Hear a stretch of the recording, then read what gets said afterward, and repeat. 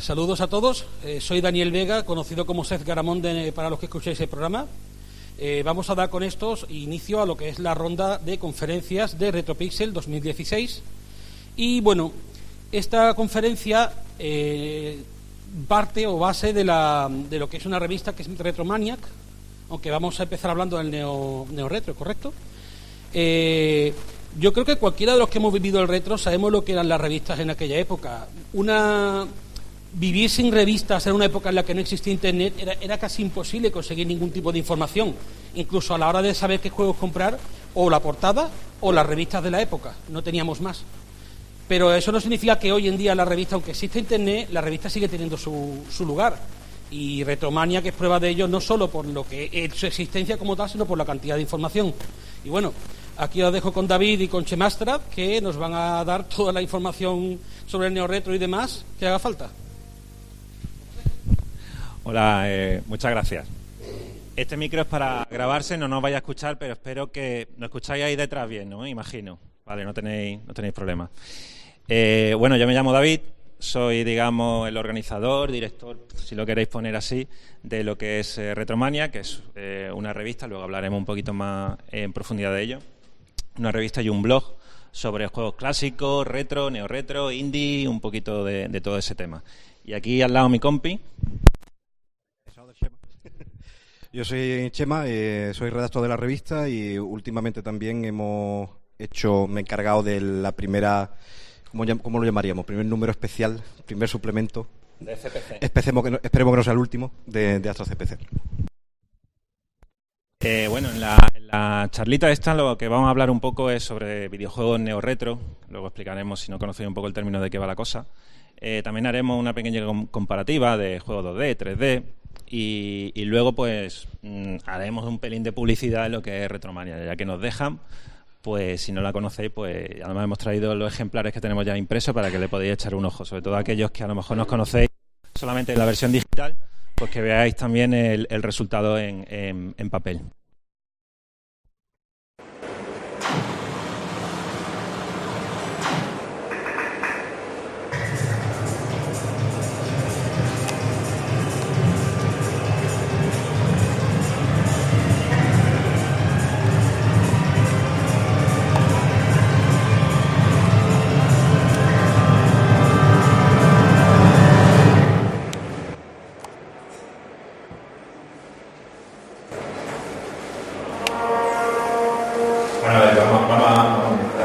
¿Qué narices es esto del neorretro? ¿Qué podéis saber del neorretro? ¿A qué se le puede llamar en este término así un poco tan anglosajón, ¿no? Nosotros nos gusta, al menos en la revista, denominar estos juegos que aprovechan mecánicas y gráficos o diseños que nos pueden recordar a los títulos aquellos de los años, pues, sobre todo 80 y 90, ¿no? Pero pueden ser incluso anteriores, que se crean para el sistema actual. El término quizás empezaría a conocerse en torno al año 2005, 2006, cuando ya empezaba con el internet, y veréis que sobre todo en periodistas, incluso norteamericanos, pues ya empezaron a llamar a estos juegos que simulaban ser antiguos como títulos neorretro. Bueno, venga, lo adaptamos. Ejemplos de juegos de ese tipo. Pues mira, en pantalla hay muchísimos, y cada vez hay más. En pantalla voy a dejar algunos que para nosotros son de los más representativos. Empezando por Cave Story, que es un juego de 2004 que tiene ya sus años, está hecho por Daisuke Amaya, conocido como Pixel, que es un desarrollador japonés.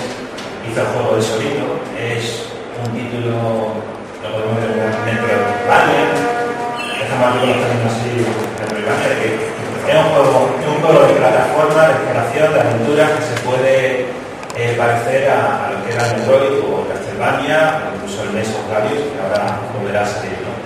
Es un pedazo de juego. En un principio se conocía solamente la serie independiente japonesa, pero cuando se tradujo al inglés, corrió como la pólvora y todo el mundo quería jugarlo. Una vez que lo instalabas en el ordenador, que solamente estaba disponible para Windows, veías que el mundo que había creado este tío era súper inmersivo, tenía una historia muy chula. Y lo que hacía muy simpático, basado en el pixel art, pues cumplía su función perfectamente. El juego es ladrillo y tiene una curva de dificultad muy retro y muy adecuada. a la derecha, está un pelín pequeño las pantallas en la Mulana, que es otro juego japonés. En la pantalla de arriba es la versión original de 2005, está creada por un grupo que se llama Nigol. Serían 2-3 tíos también, solamente, un músico, un grafista y alguien que hizo la música. El primero quería simular incluso el aspecto gráfico y técnico de un juego para MSX. Lo único que quizá la diferencia es que es súper extenso, puede tener perfectamente para 40 horas de juego, está inspirado claramente en el título de Konami de Maze of Games, que hemos hablado anteriormente, y tiene un inventario tremendo, en fin, además tiene mucha referencia a juegos clásicos, a otros títulos de MSX. Fue un pelotazo, y fijaos el tiempo que pasa hasta 2011, que es cuando se hace un remake de ese juego, ya en el ámbito comercial, que salió en Web, en la Wii, precisamente, y que remozaba ese aspecto de serie que tanto nos gustaba para convertirlo en un juego un poco a caballo, pero que hiciese el sentido que mantenía el mismo espíritu, se mejoraron algunos errores, y es también un juego muy de tener en cuenta, sobre todo si os gusta la aventura de exploración y la mala baba, porque el juego es difícil, es complicado. Está lleno de pistas, pero si lo conseguís acabar, tendréis mucho reconocimiento para siempre. Es muy jodido.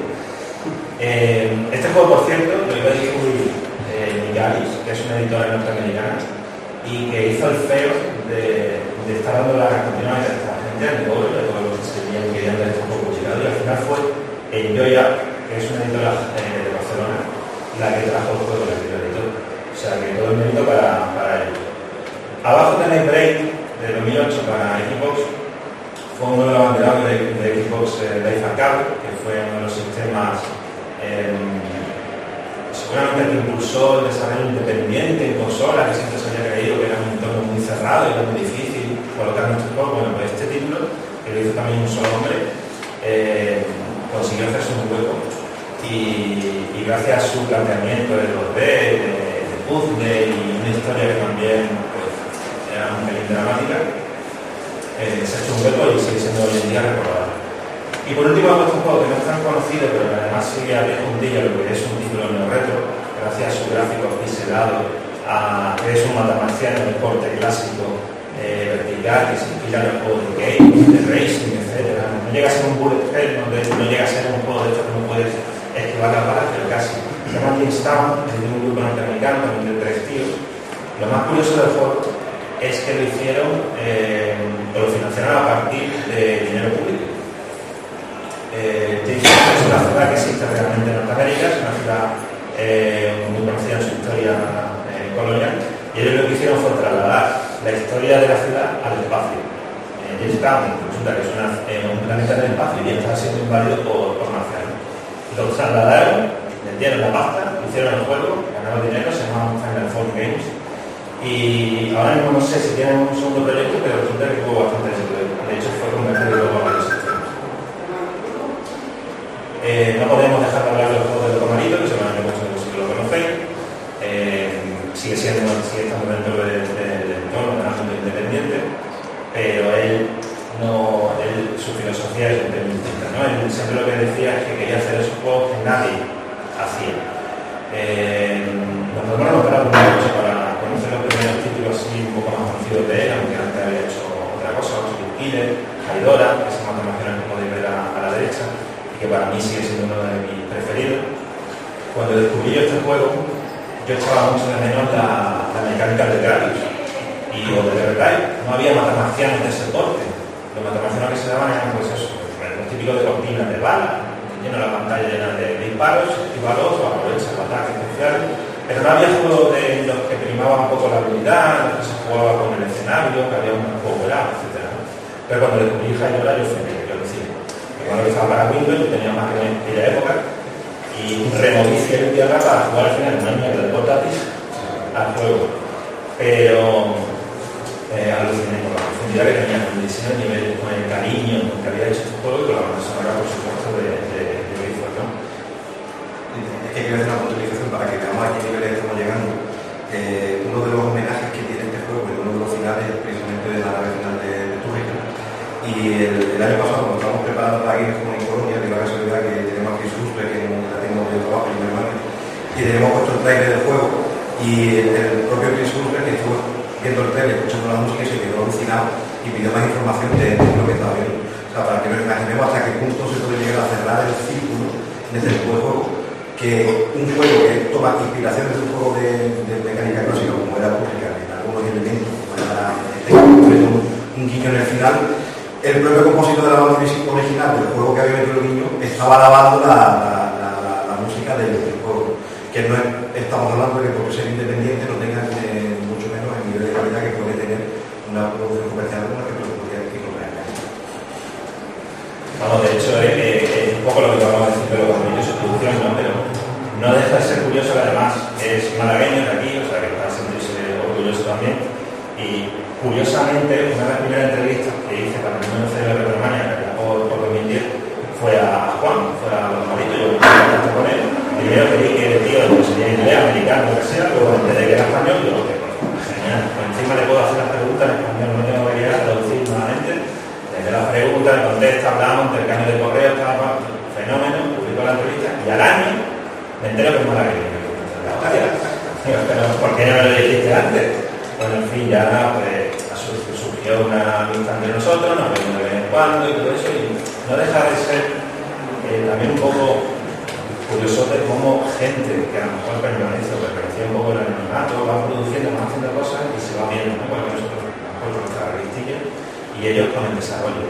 Luego grupos como de los amigos, o en fin, hay muchísima gente que se mueve y que hace cosas muy interesantes y que resulta que están pues, aquí al lado, ¿no? Tenía otro ejemplo de juego, pues el de Castilla Abajo, y arriba el último el penúltimo realmente que ha producido, Curso Oficios, que si no habéis probado está también a la derecha abajo tenéis Ogalus, de 2015, que es un grupo de masa, es un grupo brasileño. De Brasil no sabemos mucho, pero hay una escena que se está moviendo, además Brasil, sabéis que es un país gigantesco, se mueve una escena brutal y cada vez más se están acercando al tema de retos. Tienen un diseñador y una gente con mucho talento, tanto a nivel técnico como artístico. Si no habéis probado el juego, está muy chulo, es una especie de Castlevania y está muy bien diseñado, porque muchas veces el problema son que los niveles son aburridos, etc. No, pero está muy bien hecho. No quería dejar pasar la oportunidad de hablar de Shovel Knight. No sé si lo conocéis, ¿alguno lo conoce? Shovel Knight es un juego también que proviene de la escena independiente, es un Club Games. Realmente los integrantes provienen de la industria del videojuego, antes de muchos juegos para grandes empresas, grandes editoras del momento. Llega un momento dado que en el 2012-2013, en pleno auge de las campañas de crowdfunding, de Kickstarter, cuando la moda, cualquiera que se metía en Kickstarter quería sacar sus juegos, fuera no fuera, da igual, lo iba a sacar. Esta gente hizo una campaña muy bien medida, muy bien hecha, presentando un juego con una estética, no es realmente NES, pero bueno, puede recordar un poco a lo gráfico de NES, es una plataforma, tiene aventura, tiene acción, tiene tiendecitas para comprar, etc. Total, que funcionó de una forma excepcional la campaña. Y cuando sacaron el juego, triunfaron realmente. O sea, consiguieron unas reputaciones, pero más allá de lo que pueda decir la prensa, puede decir el resto de la gente, si tenéis la oportunidad de probar el juego, porque os va a recordar inmediatamente a la experiencia que tuviste en el año 80, posiblemente, ¿no? Aparte del carisma que puede tener el personaje, que está armado con una pala, mezcla mecánica que puede recordar a Mega Man, a Blacktails, a toda aquella época, pero también lo lleva un poco al ámbito contemporáneo, ¿vale? El juego tiene algunas decisiones en cuanto a su diseño, que puede recordar a los jugadores. De hecho, tiene un DLC, que es un descargable, en el que se maneja otro personaje y tiene otra serie de niveles distintos. Yo de verdad diría que si podéis probarlo, está ya para un montón de plataformas. Al principio salió para ordenadores o para Wii U y para consolas, para 3DS, creo que también está para PlayStation, etcétera, ¿no? O sea que es difícil no pillarlo de oferta, en fin, es tremendo. El juego es divertidísimo. Esto en cuanto, digamos, al Shovel Knight. Hay otro juego que me gusta siempre parar en él, que es Dust, en Elysian Tale, de 2012. Salió también originalmente en la Xbox Live Arcade, en la 360. Este juego tiene un nivel gráfico y artístico que se le reconoce en los círculos, pero que mucha gente de fuera no lo conoce, no lo sabe, o no lo ha sabido apreciar, o no lo ha visto. Es un juego 2D que mezcla un poco RPG, aventuras también, plataformas, pero tiene un sistema de lucha basado en combos y en movimientos, que para mí creo que no tiene fin. Se puede acercar quizás a los juegos estos de Sega, como estos últimos que se hacen en 3D, con Bayonetta, etcétera, ¿no? Que dice, tengo tantos movimientos que no sé ni cómo lo estoy haciendo. Pues esto igual, pero en 2D. Es decir, traslada un poco a lo que sabía hacer en la animación 2D a una mecánica y un desarrollo un poquito más actual. Por cierto, ¿sabéis cuánta gente ha estado involucrada en este juego? ¿Cuánta gente diríais que ha hecho este juego? Por lo que estáis viendo, tanto en las pantallas como en el vídeo. ¿Alguien se atreve? ¿Cuántas? ¿3?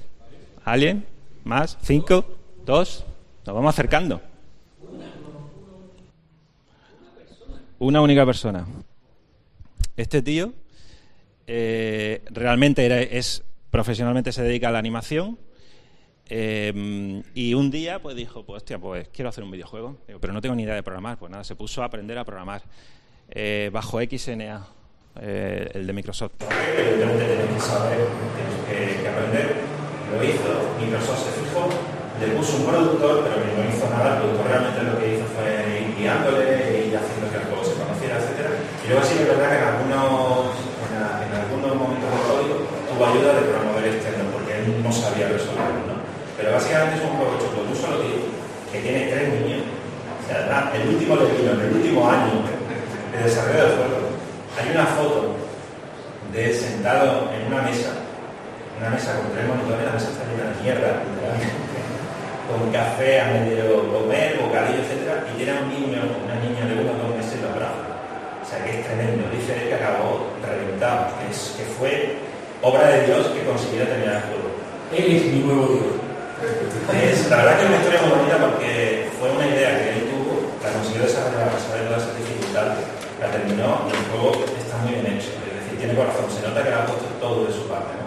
Y además tuvo cierto éxito comercial. Esto en cuanto, digamos, un poco a los juegos independientes. Pero, ¿qué pasa con las grandes editoras, con las clásicas?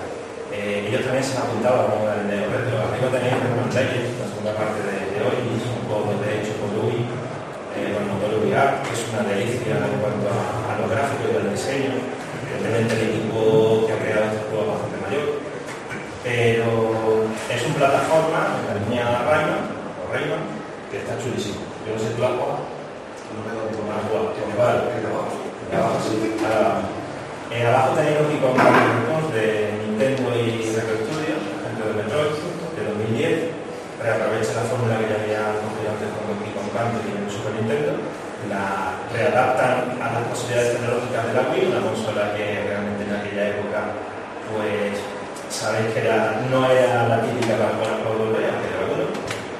Y realmente sacaron un juego cuyos niveles están súper inspirados, son muy variados, y luego tiene algunos momentos, como me he puesto ahí de ejemplo, que se ve que parece un atardecer con esos gráficos oscuros, etcétera. El juego no es así, lo que pasa es que tiene algunos niveles que son así, que le da un toque personal que está realmente muy, muy bien hecho. Arriba tenéis Wario Land Shake It, que es también de Nintendo, es también para la Wii. Fijaos que ni siquiera tiene un formato de 16:9, los laterales están para rellenar, es 4:3. Como juego 2D no está mal, realmente los de Game Boy Advance están más chulos, son más divertidos, pero bueno, fue un esfuerzo que hicieron y que no deja de resultar curioso, ¿no? Es para contentar a los fans de este tipo de títulos. Y abajo, un ejemplo, el NES Remix, de aprovechar tanto personajes como situaciones de videojuegos antiguos, mezclarlos todos y ponerte ahí como una amalgama de minijuegos. También para lo mismo, es simplemente para contentar a aquellos nostálgicos que se acuerdan de estos juegos, ¿no? Y evidentemente es todo por la pasta. Se trata de conseguir dinero y sea de esta o de otra forma, ¿no? Sega lo intentó también, intentó fallido con Sonic 4, el pobre, llegó al segundo episodio, pero no siguió más allá porque los juegos que hacían los fans en aquella época eran mejores. Estaban más pulidos, eran más divertidos y se parecían más a los Sonic primeros de Mega Drive, que era realmente lo que quería la gente. Abajo tenéis un par de ejemplos de 2 títulos de Vanillaware, que es un estudio semi-independiente de japonés y que hace unos juegos gráficamente maravillosos, con unas tías que me perdonen, pero desproporcionadas, irreales, pero bueno, eso es lo de menos. Realmente lo que tienen de bueno esta gente es el trato 2D que hacen de sus juegos. Son películas animadas realmente. No es como el Dust que hemos visto antes, es algo similar. El de la derecha, Muramasa, salió para la Wii, el de la izquierda, Dragon's Crown, es para las consolas Sony. Son un poco diferentes, la derecha es más una aventura, plataformas, pero es para verlo en movimiento.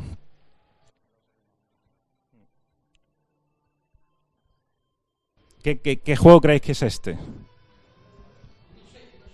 ¿Pero qué Mega Man? ¿El 9? ¿El primero? Creo que fue el 9. Así viéndolo con la musiquita, con los gráficos, con tal, el tráiler.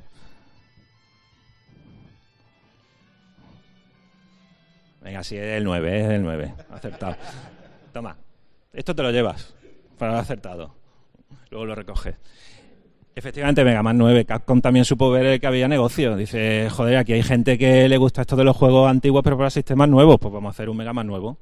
Se basaron, como habéis visto, pues los Mega Man de la NES, copiaron prácticamente lo que era la mecánica, los niveles, los gráficos, y nos plantaron allí un Mega Man 9 con una portada para descojonarse, que realmente era de la Mega Man 1, que es la que veis abajo a la derecha. Ellos mismos se rieron de lo que habían hecho en el primer Mega Man en la versión norteamericana, que fue un pastiche, vamos.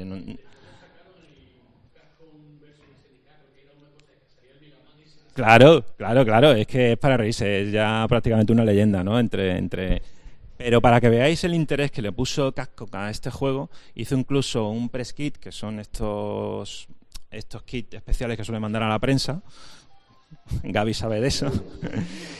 Que era un cartucho simulado de la NES, los que veis arriba, y dentro iba el CD con toda la información, con los artworks y con vídeos, etcétera. Y lo mandaron a bastante, sobre todo allí en Norteamérica, gastándose un dinerillo, ¿no? O sea, que veían que realmente había un tirón en este tipo de juegos, ¿no?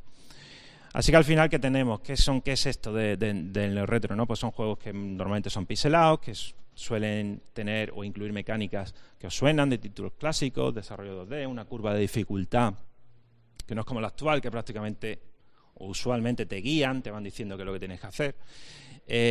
Y normalmente, aunque como habéis visto no siempre, provienen de la comunidad independiente, homebrew, garaje, como lo queráis llamar.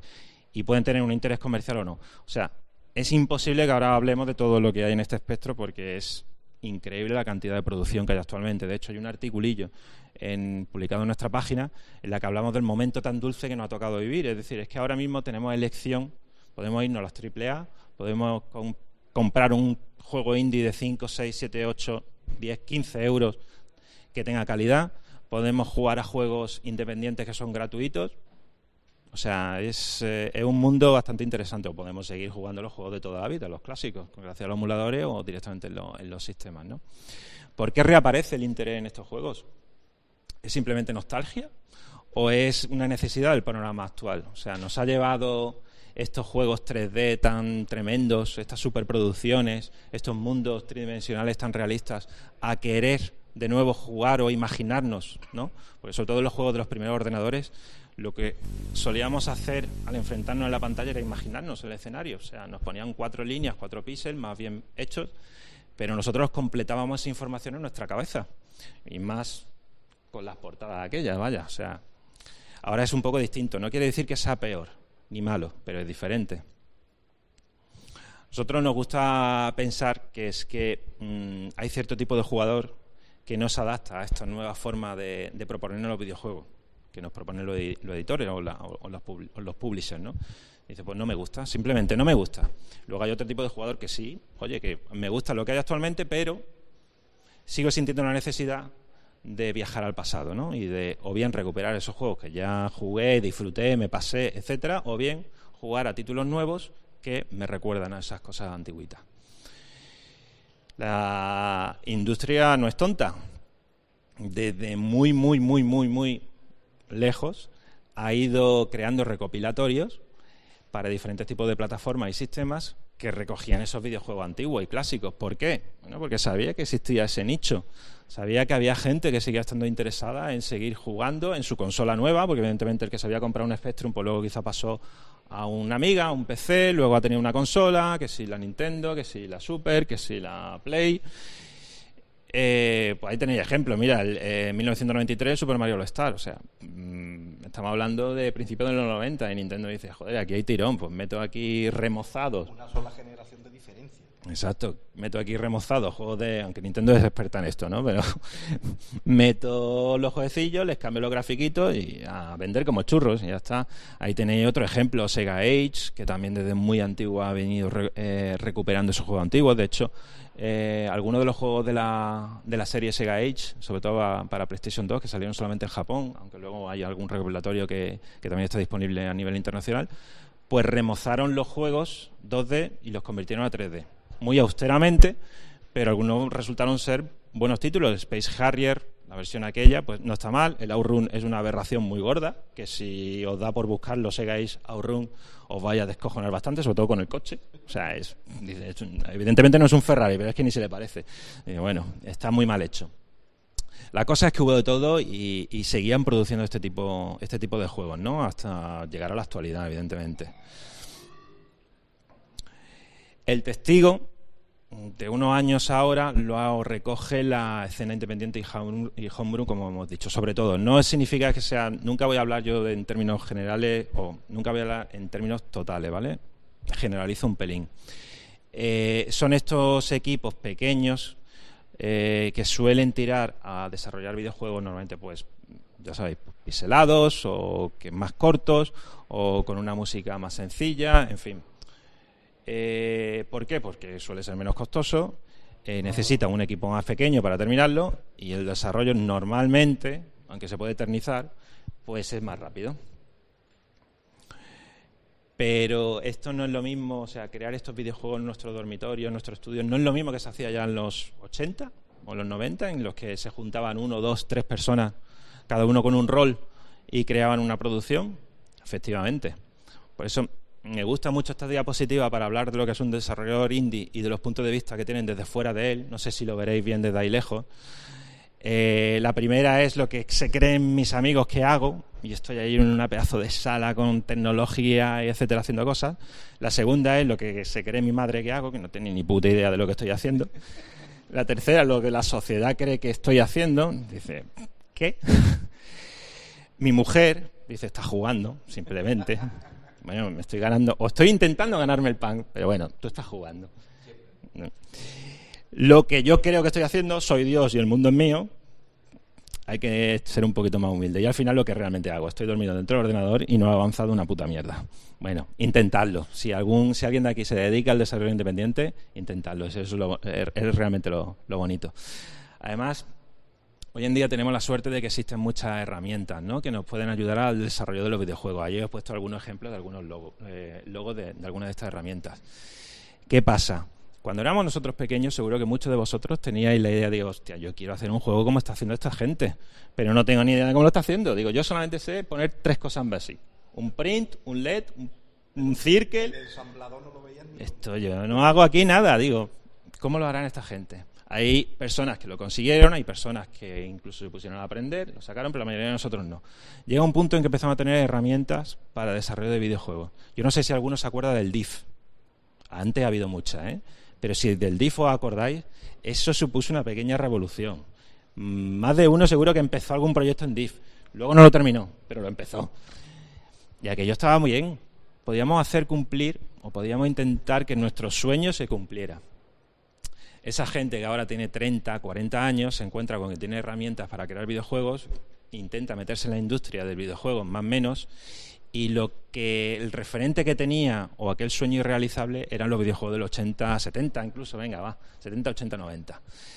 Y por eso también salen muchas veces esos juegos en la escena independiente. Ese tipo de juego, ¿eh? Es raro ver algo más avanzado tecnológicamente, aunque no sea, como ya os repito, no es una afirmación totalitaria, ¿vale? No sé si alguno conoce el Unreal Engine, por ejemplo.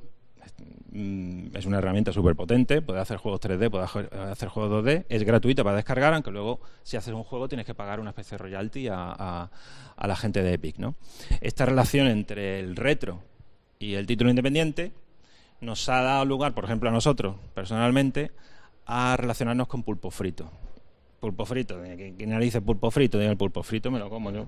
Pulpo Frito es un podcast y una gente también que se dedica a los videojuegos retro, que tienen un podcast muy interesante sobre el retro, y nosotros le ponemos una pequeña parte, hacemos una pequeña parte sobre los juegos independientes, normalmente de este porte, ¿no? Neo-retro. Y resulta que es que la gente lo demanda, lo escucha. A mí también me sorprende, digo, yo creí que lo escuchábamos nosotros para ver qué tal lo habían hecho nuestros compañeros, pero no, es que resulta que la gente lo escucha. Digo, bueno, entonces algo se está haciendo bien, ¿no? También hay una cosa que me gusta recalcar, y es el uso que se está dando en la actualidad al píxel. Es decir, se está derivando a un diseño gráfico un pelín diferente a lo que se hacía en esos años 80. Yo os pongo algún ejemplo. Hay una editora que se llama Devolver Digital, que es más o menos potente, se dedicaba a la producción audiovisual, pero ha cogido también a lo que son los videojuegos, y suelen caracterizarse por tener un diseño del píxel distinto. Podéis ver abajo una serie de personajes que no son suyos, son de otro juego del que ahora hablo, pero si los veis, el píxel es distinto, ¿no? No es el típico personaje de los años 80, están ahí como más desgarbados, como más, no sé, se nota mucho el cuadro, no intentan disimular con anti-alias o con degradados, etcétera, ¿no? Entonces, Broforce, que ahora enseñaré un vídeo, es un juego muy chulo y muy divertido, es una especie de Metaslag con orientación multijugador, con mucha acción, mucho dinamismo, y cuyos personajes están inspirados en pues películas tipo Rambo, tipo Rocky, tipo El Equipo A, etcétera, ¿no? Es muy divertido. A la derecha abajo tenéis Super Time Force, que es de Capybara, son unos canadienses. En Canadá hay otra escena independiente muy potente. También tiene un estilo gráfico distinto. Es también un juego de acción, un run and gun, pero juega con el tiempo. Poco complejos. De hecho, si hubieran quitado posiblemente la mecánica del tiempo, sería más divertido. Porque tiene mucha acción, es divertido, tiene muchos disparos, que es de lo que se trata, de lo que queremos es adrenalina. Después del curro lo que queremos es ponernos delante de un juego, echar una partida de 10-15 minutos y a otro rollo, ¿no? Y arriba tenéis Crossing Souls. Crossing Souls es un juego sevillano. Es de un grupo que se llama Foratic, son unos sevillanos, también lanzaron una campaña de crowdfunding, y es una aventura y tiene también este tipo de trabajo pixelado. Puede gustar más o menos, pero yo lo que vengo a venir es que es distinto el trato que se le está dando al píxel, ¿vale? En la actualidad. Aquí tenéis un vídeo, el tráiler de Broforce.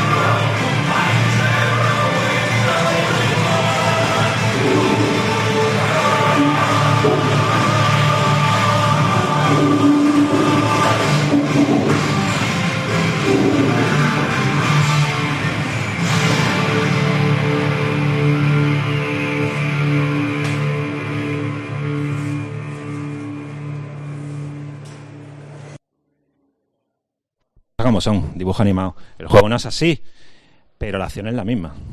O sea, son disparos, armas tan ridículas como la dinamita metida en el pollo y gente explotando por los aires, aparte de los escenarios, etcétera. La verdad es que está bastante guay. Vamos a hacer una pequeña comparación entre los juegos pixelados y los juegos 3D, porque es cierto que no se ven actualmente juegos 3D que intenten simular aquello que ya tuvimos en los años finales de los 80 o los 90. ¿Por qué? Posiblemente porque el 3D no haya ese tipo de 3D, no el actual, no haya envejecido igual de bien. Es decir, al pixel sigue teniendo algo de misticismo, posiblemente, o algo de nostalgia, que está, no sé, difícil, es un concepto un poco difícil de explicar, ¿no? Aceptamos ver juegos pixelados más o menos, pero los juegos 3D, como veremos luego de la época de la que hablo, pues quizás dan un poco más de yuyu. Son un poquito más feotes, ¿no? Siempre se ha dicho que no envejeció bien. Eso que sí. Más bien. Entonces, yo he puesto una serie de ejemplos. Podría estar aquí dando nombres hasta mañana, pero como no os quiero aburrir más de los que posiblemente os pueda aburrir, pues he puesto ejemplos que se me han venido a la cabeza directamente. Super Mario World 2, que en su momento fue un juego súper colorista. El Metal Slug 2, que tiene un pixel art que se llama, que es simplemente tremendo. Para mí sigue siendo uno de los mejores juegos en este sentido que se han hecho nunca. O sea, yo me estoy imaginando al grafista dentro del ordenador con las pestañas quemadas y diciendo, quiero hacer otro personaje con tropecientos millones de frames, y diciendo a los programadores que no caben. Es realmente una orgía de píxeles, vaya. Flashback, que aprovechando la técnica de la rotoscopia, etcétera, pues también cualquiera de sus versiones es una delicia verlo aún hoy en día. Secret of Mana 3, que a pesar de las deficiencias técnicas, entre comillas, que podría tener la Super Nintendo, pues sabiendo aprovechar su potencial gráfico en juegos tipo rol más o menos estáticos, pues debe ser uno de los juegos más bonitos que existen en la plataforma. Street Fighter 3. Street Fighter 3 tiene un trabajo en la animación de los personajes difícilmente comparable. Es decir, quizás puedan llamaros más la atención otros juegos 2D, pero Street Fighter 3 es la caña.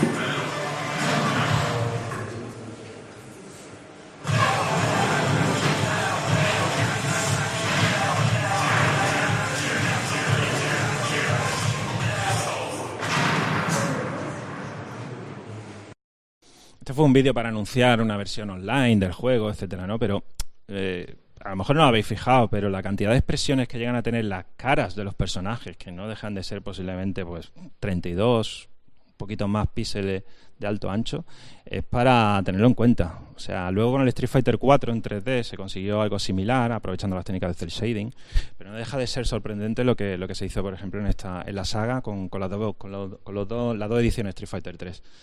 SNK tampoco se quedó atrás con la serie King of Fighting o Art of Fighting. En Mega Drive, pues hay juegos tremendos. A mí me gusta siempre recordar a Treasure, que es, o sea, gente que decía, un 68.000, pues venga, esto lo voy a poner yo a tope. Y hicieron lo propio con Gunstar Heroes o con los otros juegos, ¿no? Y hay luego un título que mucha gente no se acuerda de él o no lo conoce, también para Mega Drive, que a mí sí me gusta recordar, que es The Adventures of Batman and Robin. Pasó sin pena ni gloria, jugablemente pues tiene su porqué, pero técnicamente aprovecha también la Mega Drive, posiblemente de lo mejorcito que hay en la consola, al nivel de Treasure quizás. No consiguen implementar igual la técnica con la jugabilidad que hacía la japonesa, pero hay que tenérselo en cuenta.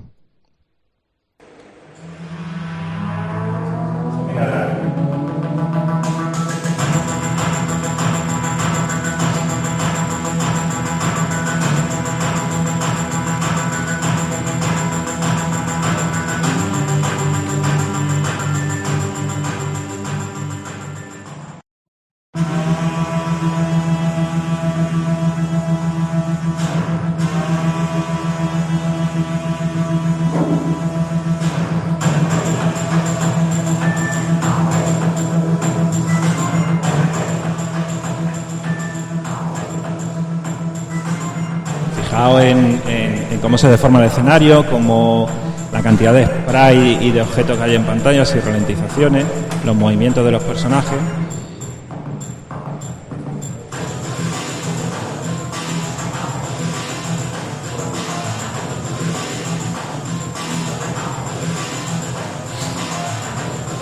Hay efectos de escalado, de rotaciones, de...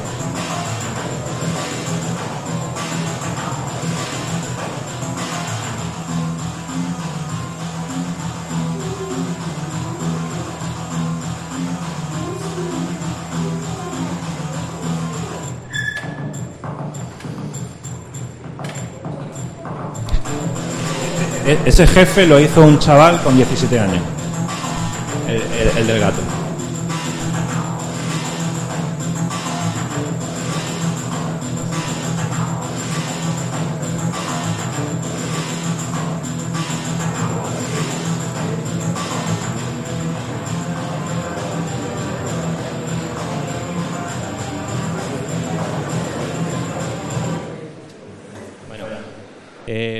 El juego en algunos momentos llega a parecerse a una demográfica de la DemoScene.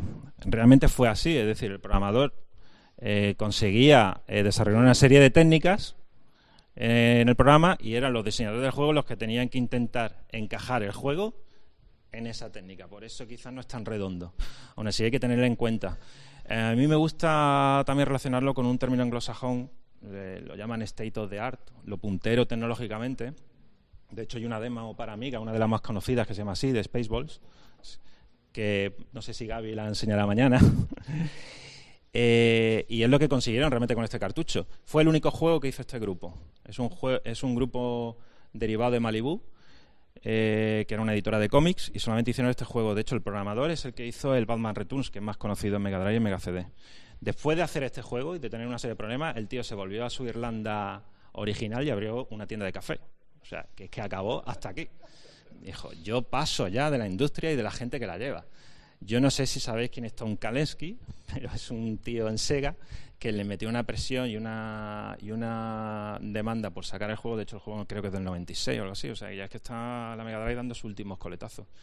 Y a partir de ahí tuvieron problemas con los pagos, etcétera. El tío dijo, hasta aquí, basta. Y en fin, se quitó de en medio. No es el único ni será el primero, o no fue el primero que lo hizo, ¿no? Vale, tenemos los gráficos pixelados de esos juegos, llegamos a los juegos 3D de esta difícil década de los 90, ¿no?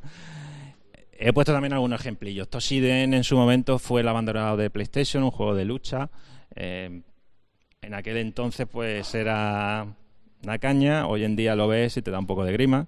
Vandal Hearts es prácticamente, o era un intocable, de hecho artísticamente sigue teniendo mucho valor porque el juego en cuanto a diseño es tremendo, pero lo mismo también, el problema que pueda tener la PlayStation, viéndolo con los ojos de hoy en día, es ese baile de texturas o las propias texturas que no están filtradas, etcétera, ¿no? Sonic R, bueno, Saturn no es el mejor ejemplo en juegos 3D, pero aunque Sega lo intentó, Sonic R hoy en día, pues tampoco, difícil. Incluso yo os pongo GoldenEye, Os voy a poner un poco de la intro del GoldenEye.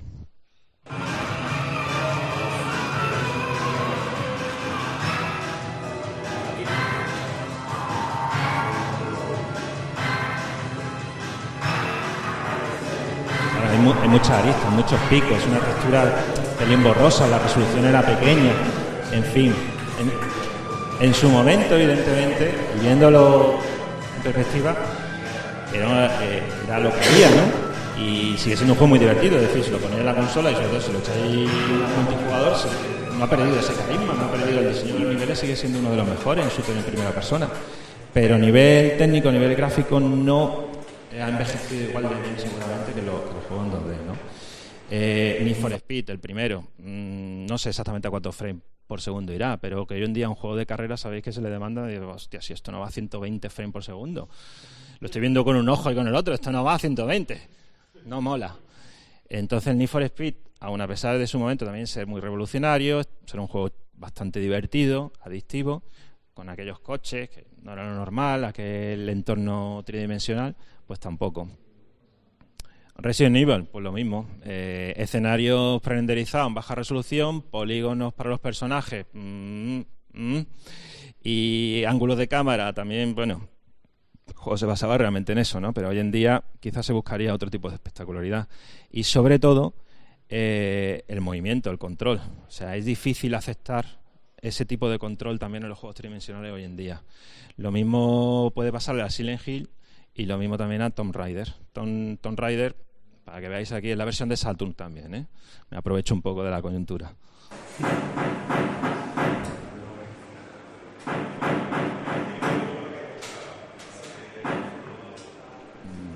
Yo ya me mareo. No eres el único, ¿eh?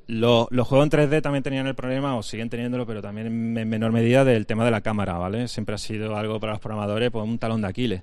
Y aquí pues se nota.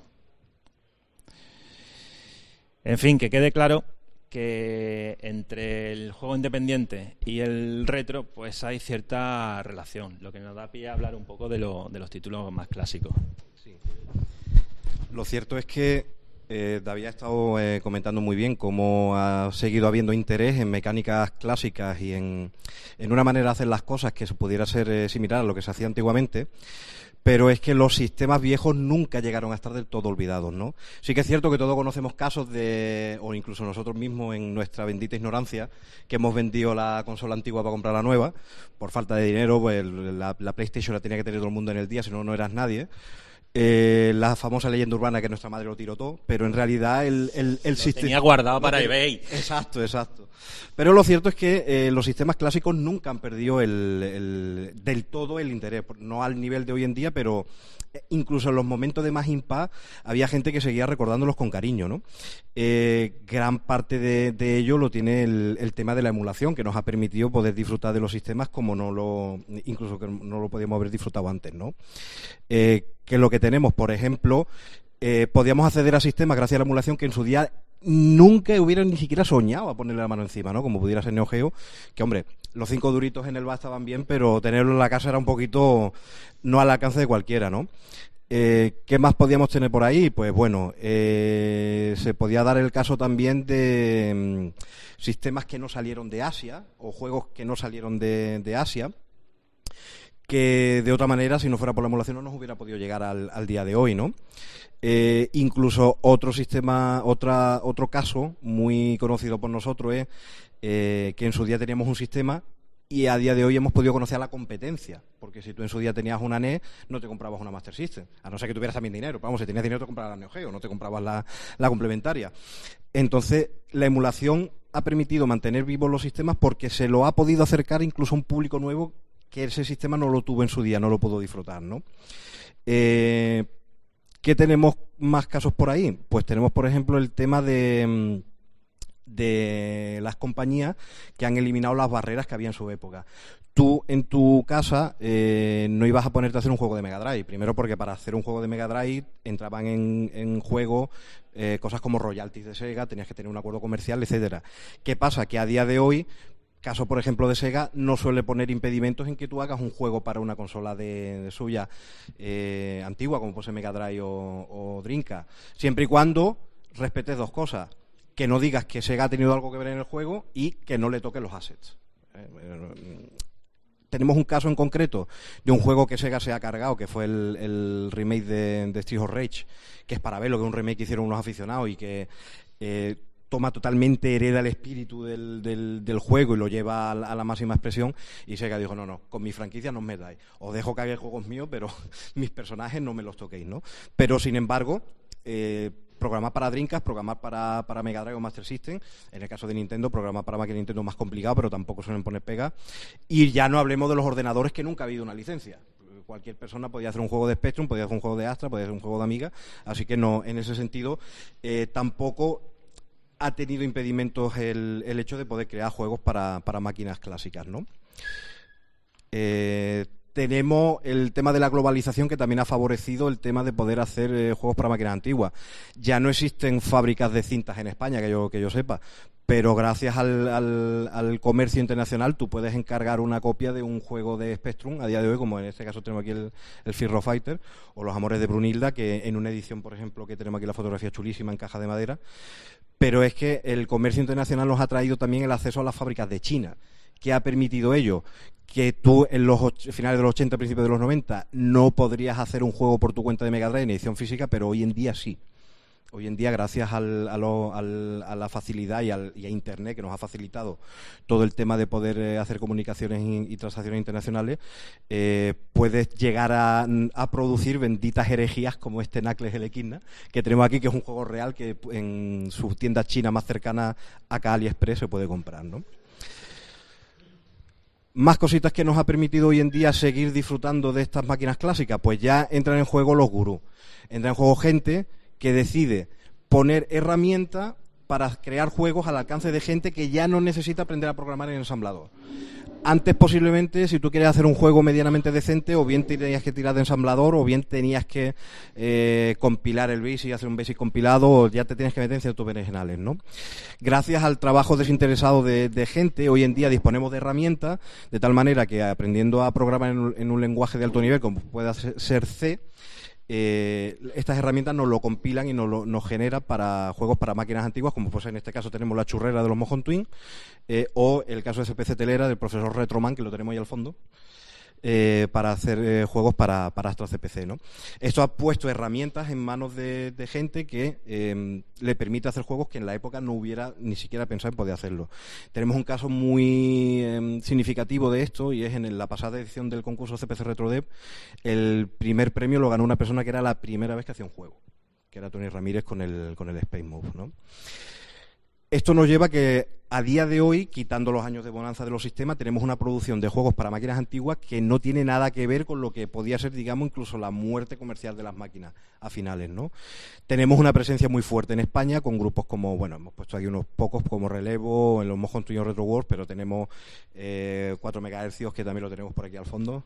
Ahí está el tío, un hombre que ha hecho un juego, me han dicho un tal Ladios a la casta. Tú no tienes nada que ver, ¿no? Ha sido el músico. Tenemos también SPSoft en la escena de CPC. Tenemos casos de gente que la máquina con la que han empezado se le ha quedado pequeña, como los Mojon Twins, que empezaron con el Spectrum, que era la máquina de sus amores. Han hecho cositas en 8 bits, pero ya han dado el salto a las consolas y ya están presentando juegos para Sega Mega Drive, para Nintendo NES, para Master System, etcétera, ¿no? Tenemos el caso a nivel internacional de ya editores que ponen un poco más división empresarial en el sentido, como pasa Watermelon, conocidos por el Pierre Solar, que lo sacaron tanto para Mega Drive como ahora la versión remake de HD para Dreamcast, pero que también lo han hecho en Steam, iPhone, etcétera. Tenemos el caso de los alemanes Yukas, que tienen le llamo yo la churrera de los Bullet Hell, que te sacan matamarcianos prácticamente uno cada 2 años. Y bueno, ¿no? RGCD, Protovision, Saitronic, temas de Commodore 64, etcétera. Tenemos también muchos concursos de programación, incluso enfocados para diferentes plataformas, ¿no? En este caso en concreto hemos puesto 3 ejemplos: la MSXD, la ZXD o el CPC RetroD, que hemos comentado anteriormente. El caso en concreto de la CPC RetroD, que el año pasado tuvieron 36 juegos, yo me atrevería a decir que son más de lo que se publicaron para Astra CPC en el año 94. Por poner un ejemplo, poco después de la muerte comercial de la máquina, ¿no?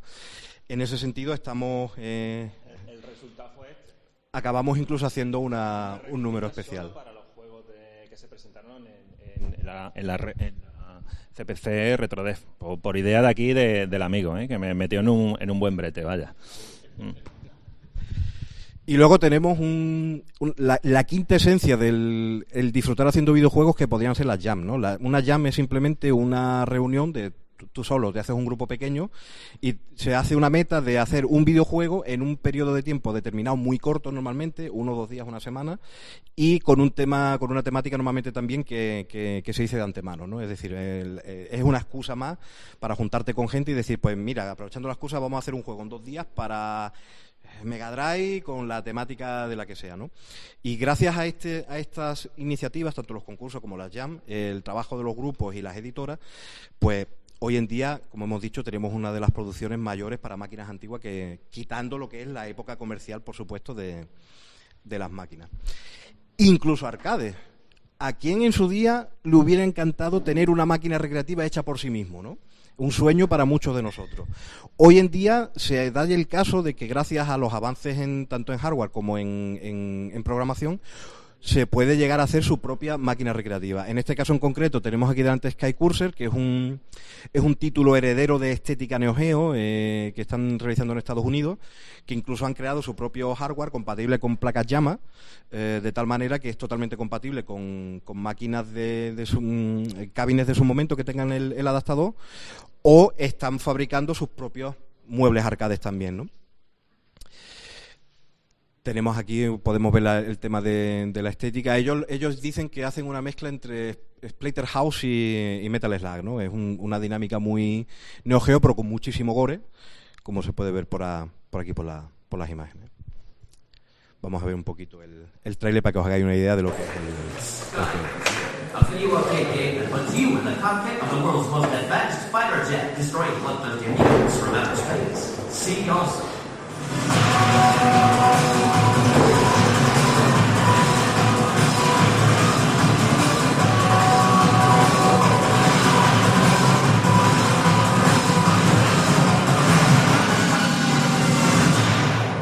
Sky Cursor, only in the arcade. Die, a hero.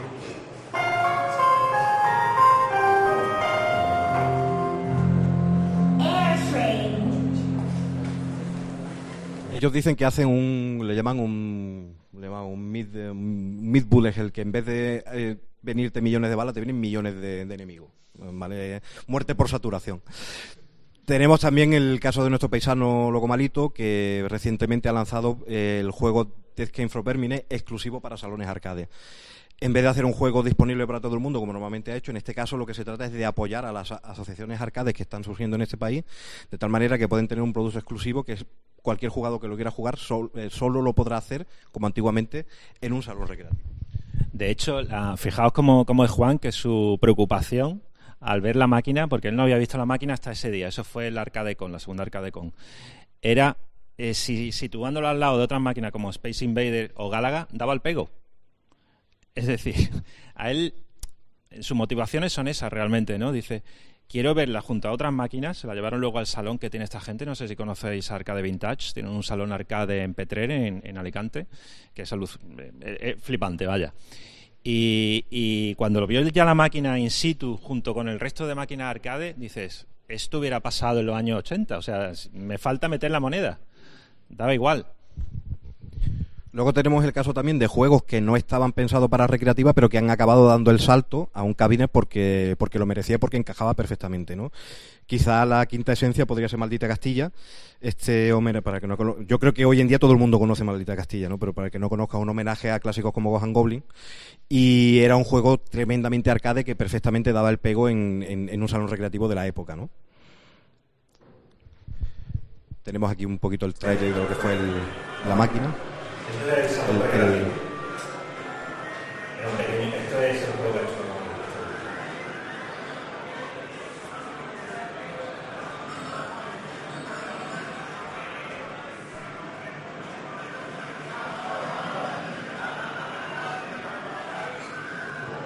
Si conocéis Vermine, si no lo conocéis, descargarlo, realmente es un juego arcade, pero él decía, es un juego arcade, pero no para máquinas arcade. Dice, lo tengo que hacer más difícil, tengo que cambiar algunas mecánicas y tengo que pensar en el diseño. De hecho, cualquier acción en el juego va a la puntuación, directamente a la puntuación. Está medido al milímetro. Cuenta tanto el tiempo, las veces que te matan, los disparos, tu ratio de aciertos. O sea, si lo hubiera hecho en los años 80 Namco, hubiera pasado por un juego de éxito en aquella época. Es de lo que se trata, ¿no? Es de poner otra vez a prueba al jugador, es de tener esa comezón interna, es decir, no, tengo que superar mi récord, ¿no? Y en este caso Loco Malito lo tiene todo controlado de tal manera de que cualquier tipo de acción que tú haces te repercute en ese récord final. Es volver a superarnos, es volver a esos tiempos en los que en el recreativo llegabas al día siguiente y tu nombre ya no estaba el primero y te cagabas en todo y de no...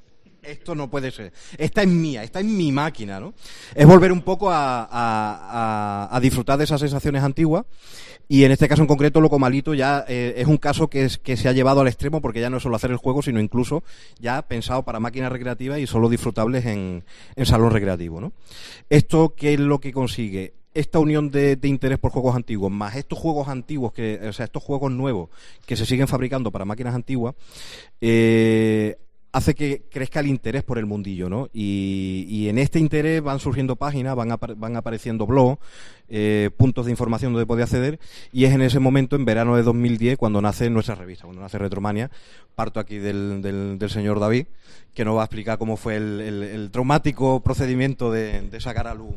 Nunca mejor dicho, porque realmente la revista, aparte de que la motivación es la que ha comentado Chema, la de cubrir un segmento que en aquella época en español no se cubría, en cierto modo.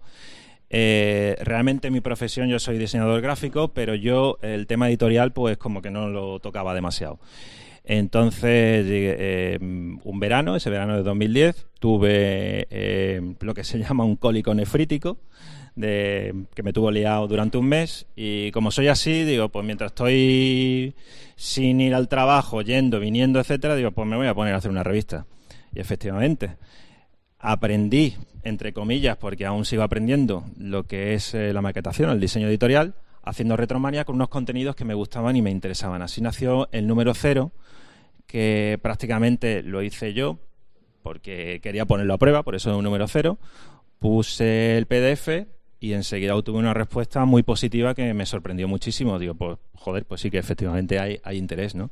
El diseño, pues, y un poco la línea editorial, pues se parecía a la Retro Gamer de aquella época, la inglesa. Mi referente es Retro Gamer inglesa, repito, inglesa. Y en fin, nació el número 0, hubo interés. Empezaron a surgir o a preguntarme gente que conocía y gente que no conocía a ver si podían colaborar. Yo evidentemente estoy abierto a cualquier tipo de colaboración. O sea, Retromania, que es una revista que no tiene ningún interés comercial, lo único que quiere es informar sobre el mundillo a aquel que esté interesado, que se quiera acercar. Es un granito de arena en Internet. Y poco a poco ha ido creciendo tanto las visitas en nuestra web como en el interés por las descargas de la revista, porque en digital es gratuita, para el que no lo sepa. O sea, Retromania se puede descargar, al menos hasta ahora. Si no me quedo sin curro, pues seguir así. La podéis descargar en PDF siempre gratuitamente. ¿Qué pasó? Con el número 6, o justo antes del número 6, había una presión tanto interna como externa para sacar la revista en papel. A ver, yo nunca he negado que mi idea fuera, digo, esto en papel molaría mucho, simplemente por realización personal, vaya. Pero editar en papel cuesta mucho dinero. Imprimir cuesta muchísimo dinero. Imprimir cantidades limitadas cuesta aún más dinero. Y evidentemente yo no puedo imprimir 10.000 ejemplares, porque me los voy a comer. Estamos hablando de que las tiradas son muy cortas. Y las tiradas cortas lo que hacen es encarecer muchísimo el precio de impresión por copia. En fin, dada la presión, dado el interés, pues venga, vamos a meternos, ¿por qué no? Meternos en un lío más. El primer número que salió en papel, que es el que veis en pantalla, el número 6, nació a través de una campaña de crowdfunding. Nosotros también aprovechamos de la moda del crowdfunding. Digo, joder, no vamos a ser menos. Fue una plataforma española, en Lanzanos. Hicimos primero un sondeo para ver realmente cuánto era el interés por la revista en papel, para saber cuántas unidades podíamos imprimir y calcular el precio por unidad. O sea, un follón. Y llegamos a la conclusión que entre 250 y 300 unidades más o menos lo que suele salir en cada tirada limitada de la revista, y es lo que se suele, entre comillas, vender. A partir del número 6 siempre hemos sacado ya la revista en papel, y a medida que han ido pasando los números la hemos acompañado con una serie de recompensas que hasta a nosotros nos ha parecido es que ya no podemos superar el tema. Es muy difícil porque gracias a gente como vosotros, a los lectores que nos intentáis pues que vayamos un pasito más allá, es que nos estamos quedando sin margen. Las máquinas recreativas de Matamarcianos, que son también malagueños, por si no los conocéis, tenéis ahí un ejemplo, volaron. O sea, pusimos la recompensa para la revista y volaron. No sé si fueron 20 minutos y era un dinero, es que había que poner un dinero, lo que pasa es que voló. Ahí la gente, o sea, nos sorprende mucho sobre todo también el apoyo que recibimos, es tremendo. Ha habido luego otra serie de recompensas, como la ilustración que veis es de Aspiri original, se la encargamos a él. Ha habido cintas, nos han apoyado gente externa que se dedica realmente a la venta de videojuegos. Hemos hecho 2 concursos de retrorelatos ya. Este es el librito con la compilación de los segundos, que como veis son unos cuantos.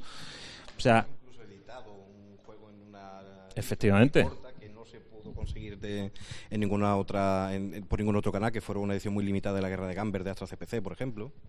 O sea que intentamos un poco hacer también ese guiño a la comunidad y esperamos estar consiguiéndolo, ¿no?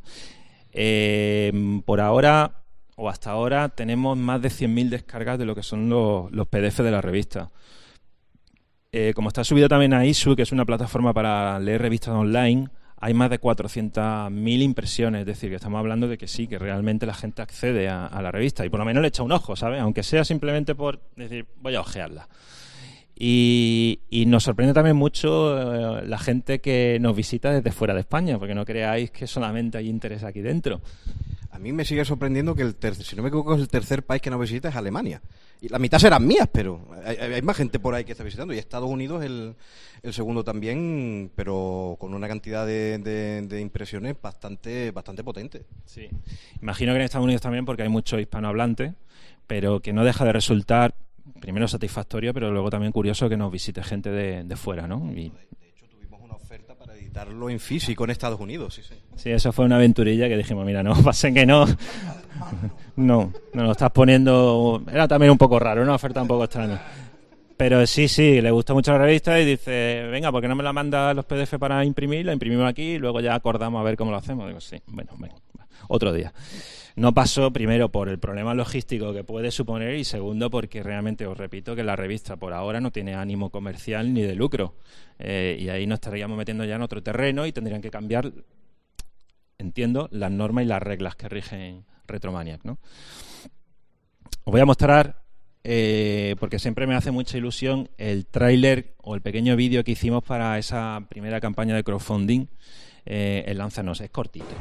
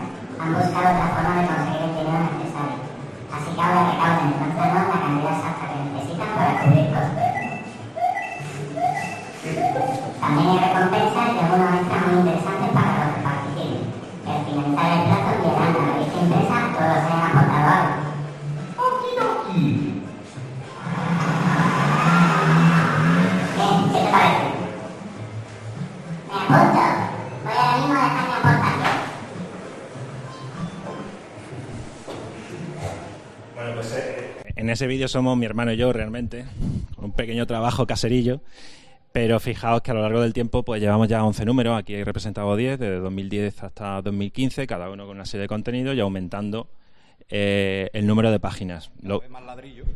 Cada vez más ladrillo. El último número tiene 364 páginas, prácticamente es un libro. Yo siempre digo de todas formas que cantidad no es sinónimo de calidad. Intentamos que los contenidos sean variados y tengan cierta calidad. Si lo logramos, bien. Si no lo logramos, estamos abiertos a críticas, siempre que sean positivas. Pero bueno, seguimos intentando ofrecer una serie de contenidos más o menos originales y esperamos poder conseguirlo. Ahí tenéis el ejemplo del último suplemento especial, bueno, el primero y último de momento suplemento especial dedicado al CPC. Abajo hay una serie de páginas internas. Todavía eso no lo hemos distribuido en papel para todos. Se puso una tirada, ¿no? Que fue uno de los motivos por los que nos animaron a sacar el número, ¿no?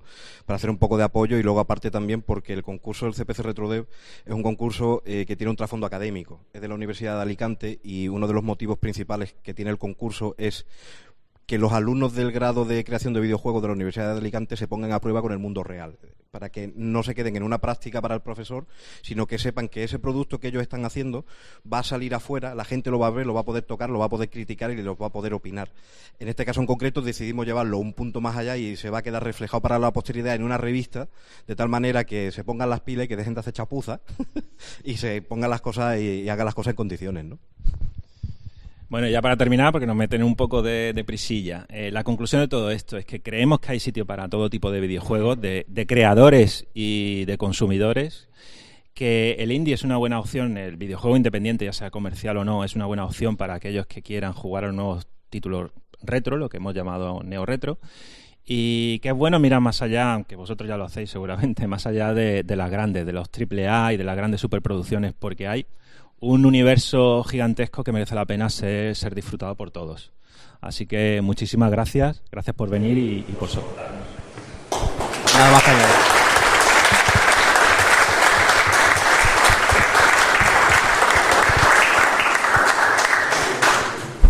Muchas gracias por aguantar los temas de esta última batalla.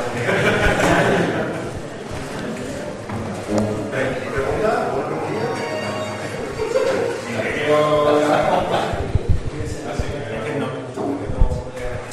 ¿En qué quedó que iban a sacar, que vaya a sacar la edición en papel de las revistas anteriores, que se quedó en stand-by? No sé si no. No, el número 0 de hecho está rulando por ahí. Ese no salió nunca en papel, lo hemos editado hace poco y lo vamos a hacer. Lo que pasa es que hay que tener en cuenta que requiere mucho trabajo. Es decir, esos primeros del 0 al 5 nunca estuvieron pensados ni maquetados para llevar a imprenta. Y entonces los tengo que reajustar todos. Y es un coñazo muy gordo. Y no tengo tiempo. O sea, ya con esto y con lo otro tengo poco tiempo. Y además... Sí. Del 5 para adelante sí que lo podríamos reeditar, pero tengo que hablar con la imprenta para que por favor nos respeten el precio original. Porque si ahora a lo mejor hay un interés de 50 unidades a lo mejor te cuesta imprimir las 20 euros la unidad. La imprenta es un caso aparte. No quiero meterme mucho con ella porque es lo mejor que hemos encontrado en cuanto a relación calidad-precio. Pero es que en el momento que tienes un problema logístico con ellos, tela. Entonces, bueno, pero está ahí, ¿vale? Irá saliendo. Además, esos primeros números, número 0, de hecho, si lo comparáis con el PDF, hay diferencias en los textos, están corregidos. Número 0 salió como salió. Número 1 también, el 2 también, el 3 también. Pero en ese ha habido una corrección por alguien que se ha dedicado a ello, que se lo ha estado leyendo y ha estado corrigiendo, tanto a nivel formal como ortográfico. ¿Alguien? Hola, buenos días. Bueno, lo primero felicitaros tanto por la posición que habéis hecho, estupenda, como por la calidad del libro, ¿no? Es una cosa que de la revista, ¿no? Una cosa que me sorprende bastante es la calidad de todo lo que he visto, tanto en el tema de que se habla de los videojuegos indios, que no es, digamos que no es, entre comillas, profesional o la AAA, ¿no? Que se le conoce. La calidad de muchos videojuegos, la revista igual, de todo lo que he estado viendo, de lo que yo conozco, que tiene acceso por internet, hay mucha diferencia, de verdad, entre el producto que habéis hecho vosotros, el trabajo, con otras cosas, ¿no? Has comentado que el número 0 lo hiciste estando enfermo, prácticamente, y tú solo, ¿no? Ya el número 0 tiene bastante calidad. He ido viendo durante todos estos 10 números restantes también cómo ha ido mejorando la calidad, tanto en la maquetación como en la forma de redactar y demás. Actualmente, ¿quién estáis trabajando en el proyecto? Digo, porque es que yo veo una calidad profesional que, bueno, en un producto, sobre todo, que es gratuito, porque eso yo sé que requiere, pero yo estoy que te hago algo también en temas de formación, de tema de edición de libros y demás, y valoro todavía más por la experiencia no todo lo que hay ahí detrás, ¿no? Porque sé toda la complejidad que lleva cualquier cosilla, ¿no? Entonces, actualmente, ¿cuánto sois? Has comentado que eres diseñador gráfico. Ya por ahí, cuando te he escuchado, digo, bueno, ya... Porque yo digo, tiene que haber experiencia o la verdad que habéis nacido para esto, ¿no? A ver, en primer lugar, muchas gracias por los halagos. Es verdad que quizás por el cariño que profesamos a este tipo de juegos y a los videojuegos en general, pues le ponemos una dedicación que si nos dedicáramos profesionalmente, quién sabe si lo haríamos. Porque tendríamos que tener en cuenta plazos, tendríamos que tener en cuenta un margen comercial, etcétera. Y al final vas a lo que vas. En segundo lugar, obviamente, espero, la calidad ha subido gracias a gente pues como Chema y el resto de colaboradores. Es decir, no es lo mismo que lo haga una persona que lo haga varias, ¿no? Y que vaya subiendo. No sé exactamente cuántos somos ahora mismo, porque la mayoría, primero tenemos familias, trabajamos, etcétera, y cada uno aporta lo que puede, en algunos números, más, menos. De un tiempo a esta parte ha coincidido que muchos de nosotros hemos tenido nuestro primer niño. Y eso ha sido la caña. La hostia. O sea, yo he aprovechado los márgenes de 3 horas para hacer la revista. Y claro, se me dejó ese año ha sido horrible. Pero bueno, por eso mismo, por el cariño que se le profesa, uno sigue y lo sigue haciendo. Y cuando ve el apoyo y que la gente le gusta, pues más aún, ¿no? Si no fuera ese el caso, pues seguramente pues habría dicho, mira, pues ahí se queda, quizás lo recupere más adelante. ¿A qué nos dedicamos? Un poco de todo. Yo sí es verdad que mi formación ha sido, aunque yo soy licenciado en audiovisuales, sí que es verdad que el trabajo me ha llevado al diseño gráfico y ahora mismo hago de todo. Ahora soy técnico en comunicación y hago desde organizar eventos hasta presentaciones PowerPoint y llevar la página web y, en fin, lo que se tercie, ¿no?